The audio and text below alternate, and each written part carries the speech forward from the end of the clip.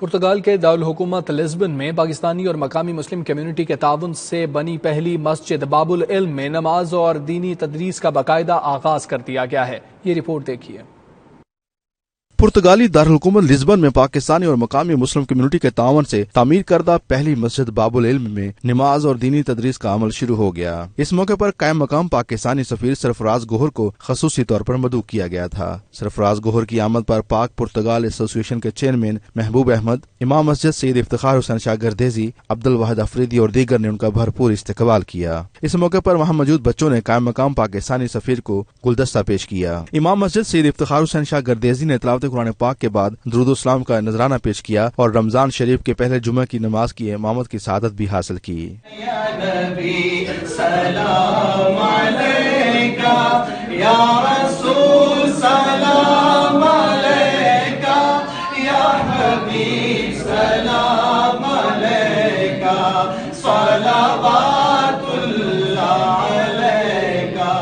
نماز جمعۃ المبارک کے اختتام پر سفیر پاکستان سرفراز گوہر نے پاکستانی کمیونٹی سے خطاب کیا۔ اس موقع پر انہوں نے مسجد کی تکمیل پر خوشی کا اظہار کرتے ہوئے کہا کہ یہ انتہائی مشکل کام تھا جسے مقامی کمیونٹی نے انتہائی احسن طریقے سے سر انجام دیا۔ انہوں نے مسجد کی تکمیل پر مقامی پاکستانی کمیونٹی کو مبارکباد بھی پیش کی اور مستقبل میں بھرپور تعاون کا یقین بھی دلایا۔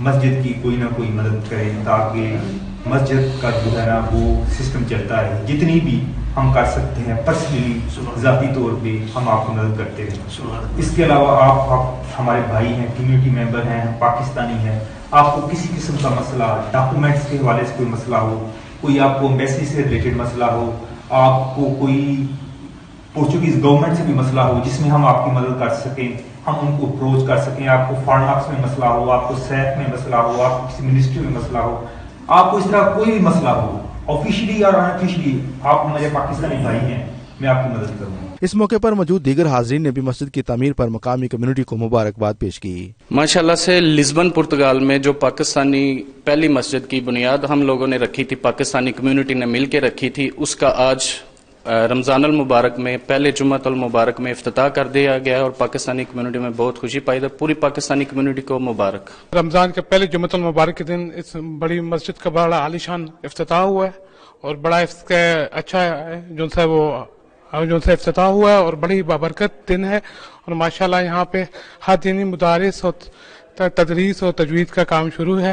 ہمارے ایمبیسیڈر آئے اور مسجد کا افتتاح ہوا، 5 وقت کی نماز کا آغاز ہوا۔ رمضان المبارک کا بابرکت دن تھا، جمعۃ المبارک کا دن تھا اور مسلمانوں نے بڑھ چڑھ کے اس میں کوآپریٹ کیا، بہت اچھا ہوا۔ جمعہ شریف کی نماز ہوئی اور سرفراز گوہر صاحب اس میں شامل ہوئے۔ آج اللہ کریم نے ہم سب کو یہ شرف عطا فرمایا کہ آج سے اس مسجد میں 5 وقت نماز ہوا کرے گی اور بچوں کی تعلیم کا بھی انتظام کیا گیا ہے۔